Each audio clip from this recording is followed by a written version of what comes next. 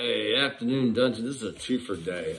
So I'm going to stick with the theme of linebackers. I just got through eating, so belly's full, and I'm going to temper my excitement. So I'm going to talk two particular players, Nakobe Dean and Brandon. Brandon Smith. Right? Why do I think it's so important? I think in the initial look, I want to suggest you looked at. You called it, of course, said about lack of edge, right? But again, looking back at that roster, I've talked about part one earlier. Rosters on Pease's things didn't have a lot of outside linebacker, defensive end types. It's really weird. Went way back. He tends to have these long, almost like McGinnis type, I guess. Is that way? Maybe lesser, but that they all fit that 6'3". Landry seems to be kind of the guy. He's had the Smiths. He's had other guys that are 4th, 5th rounders, as you guys know as well. He's had a Adalius Thomas. I brought up earlier in a video about Marlon Davidson. Please don't infer that I'm saying he's like Adalius Thomas, who was an all-pro, but the body type was a type that, fit Adalius Thomas. And we saw the other day with the agility and the interception. Does that mean he's going to be Adalius Thomas when he grows up? I don't know, right? But again, back to the roster, it's a really difficult paradigm, and I'm reaching into rosters a little. But what's so big about these inside linebackers? What do we get? And you look at these teams. Arguably, you could say that these the old both the Patriots and then the Ravens, right? Pease and even the Titans support. You can arguably say those inside linebackers made things turn. I mean, Evans has been played. Lewis, obviously, Ray Lewis. C.J. Mosley at one time, the Ravens. Hartwell. Inside linebacker is a big deal. Vrabel is an outside linebacker. Teddy Bruschi, right, was an inside linebacker. Hightower would be kind of outside-inside guy. So what could a guy like Brandon and Nakobe Dean do? Well, I can tell you what he could do. Is one, it'd be physical. It'd be incredible. Fast. These are not, girlfriend feeding the dogs. Two, they're not finesse. So you watch some old games. I've been watching a lot of the Ravens games. I will agree to this. You got to get up front, and I think you could address that in free agency in your nose tackle. Bigger line, but you watch those interior guys feast. You watch the Ray Lewis. You watch, Bruschi. Their run, their hit, their strike. They're not finesse players. And I think the problem we have right now currently with the way our linebacker, and I'm going to call out Debo. Debo's a business decision guy. Debo wasn't built for this shit. I think you could change the dynamic of our defense, because one thing I always like about watching some of these old games, what did they do? They clog the middle, stop the run, put things on the edge. The linebackers ran free and clear the edges, right? But you watch those inside linebackers and what they do. They punish. They punish hard. And I don't think either Foy nor do I think Debo are punishing tight backers. Nobody fears them. Tight ends don't fear going across the middle like they did fear with Bruschi. They definitely feared with Hartwell. They definitely feared with Ray Lewis. And I think it's an underrated thing. And plus the thing with the inside linebackers, when you look at Pease, it says he runs multiple. Why would you have so many? Well, for one, obviously if you're 3-4, you're going to have at least 2 of them. Some of these guys are kind of, Brandon Smith, for example, is he outside, inside? It doesn't matter. You can probably do both, right?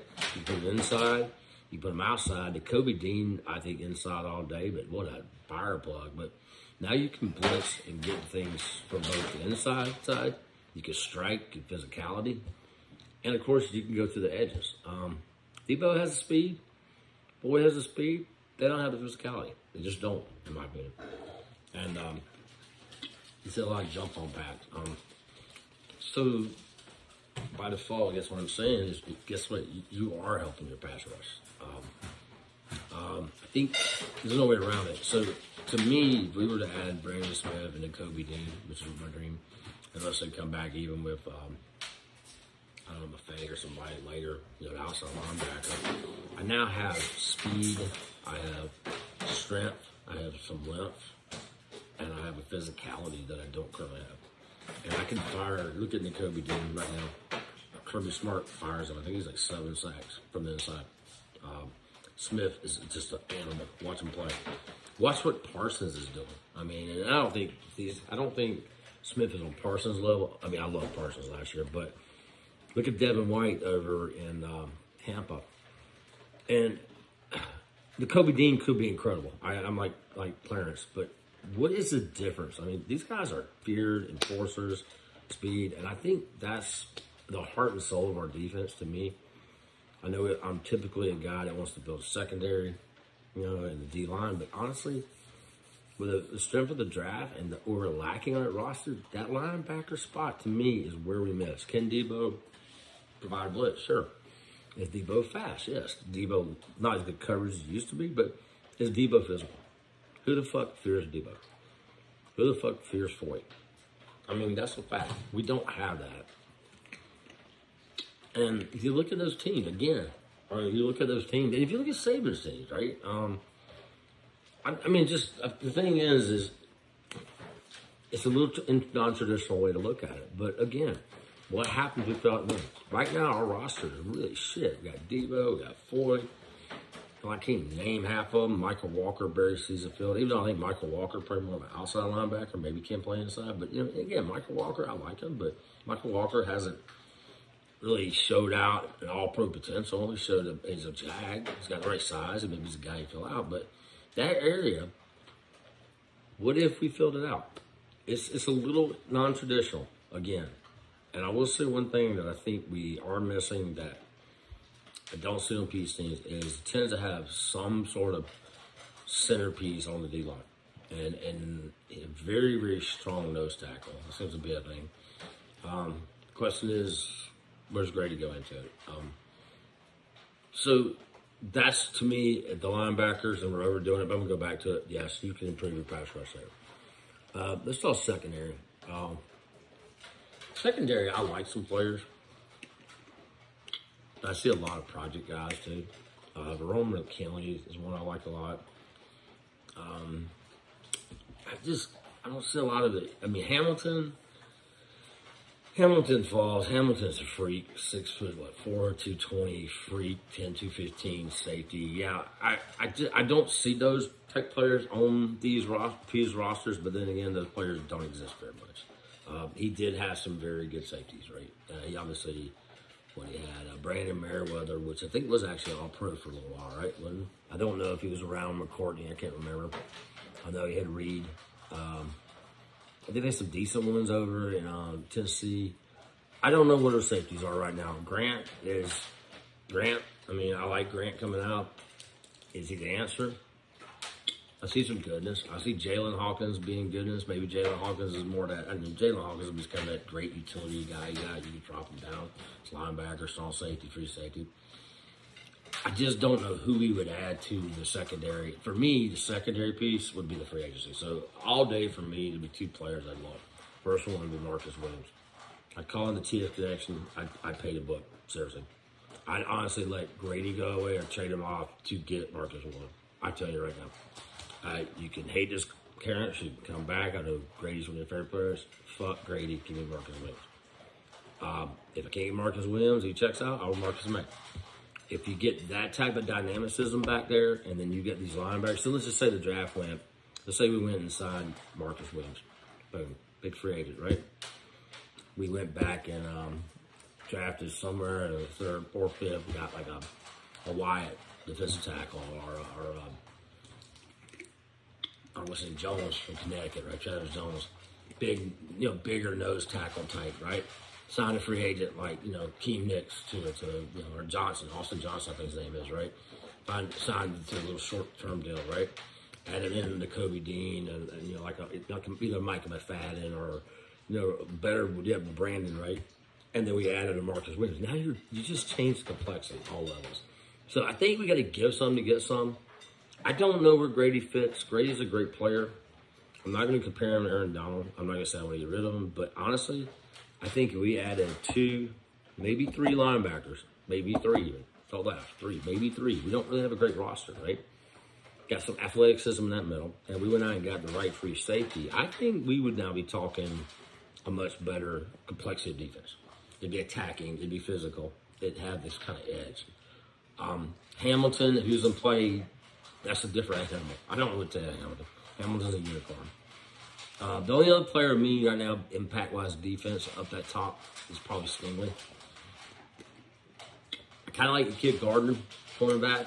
I'm not as fond of the cornerbacks. I like Stingley a lot. There's the other Clemson kid, but honestly, I don't know. I like Darren Hall a lot too, though. I mean, so but again, for me, now I mean, another option would be right. Let's say you sign Marcus Williams and you drafted Darren Stingley. Stingley. I mean, what would happen then? That's an interesting thing. You got 2 booking corners. You got this Roman free safety. What if you got Hamilton?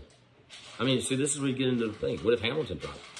Would you take Hamilton and still sign Marcus Williams? I mean, you had Richie Grant, right? Well, that's, again, what do you want to stack on the capability? So there's a lot of ways to go. I don't want to get locked in. Right now, for me, again, to recap, I kind of like the free safeties not in the draft. I think there's some decent guys. Beyond Hamilton, maybe Ron McKinley. I'm getting a little bit kind of on it. I like Tomlinson later on, but again, a smallish guy. But other than that, I'm not fond of the safeties. Don't mean they're bad. Just mean I'm not into them. Cornerback drops off. There's guys I like late in the draft. Like, you know, I like Tomlinson, maybe a nickelback, maybe he's a safety.